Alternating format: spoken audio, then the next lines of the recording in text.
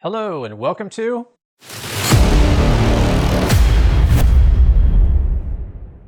Yes, welcome to part 4 of our thought experiment on what a one nation, two systems, United States would look like.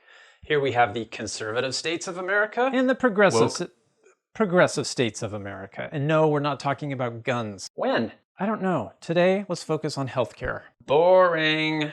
Yes, of course you would say that because Republicans have had zero ideas on improving our system, which ranks 18th in the world. We're too busy fighting off your socialist government takeover. Okay, there is a minority on the far left who want to scrap what we have, make healthcare a basic right, and hand it all over to the government. Socialists. But the fact is, the majority of Democrats support a public option that would compete against the private insurance carriers. And yes, quality healthcare should be a basic right. Raise everyone's taxes, eh?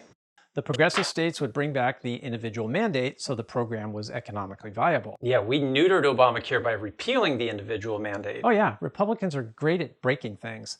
Instead of cooperating to make it transformative legislation even better over time, they tie it up in court, they'll gut it, and then they say, see, it doesn't work. Government is less efficient. Medicare is far more economically efficient than private health insurers. To keep costs down, everyone who can afford health insurance should participate. Not following. Well, imagine what auto insurance would look like if drivers who have no history of accidents or tickets didn't have to pay for insurance at all. Hey, that'd be great for me. Clean record. Okay, but insurance would be impossibly high, far more than it is now for young people, teenagers, or anyone who had an unfortunate accident. That's their problem.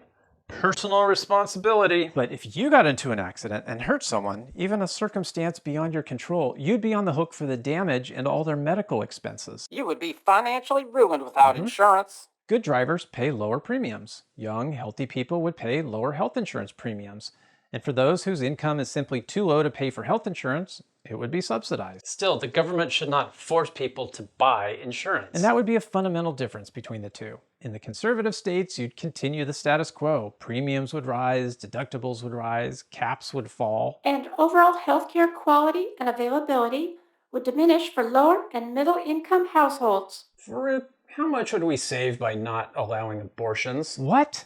Don't even dignify that. Unwanted births would be an economic burden. Obvious. Hey, those are hypothetical people we're talking. Oh, and by the way, removing in-state abortion access affects people of color the most. So how are the politicians going to explain the increasingly changing demographics to that small yet powerful block of white nationalist voters? White nationalists? You mean patriotic Americans born white? You wokesters who run around calling us racists are the ones who seem to be obsessed with colors. Blue Lives Matter, the Washington Redskins. They're coming for you, Crayola. Dare you lower than a snake's belly in a wagon rut. Hey, we're talking about healthcare. You're right. And based on the last 40 plus years of history, Republicans have no ideas except to obstruct and destruct.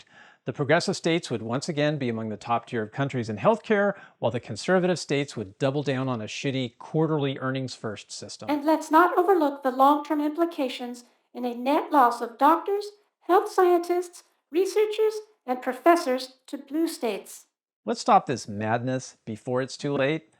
If you could just do us one small favor, share this with one person. We're ramping up more content before the midterms. Can we do guns next time? Fine.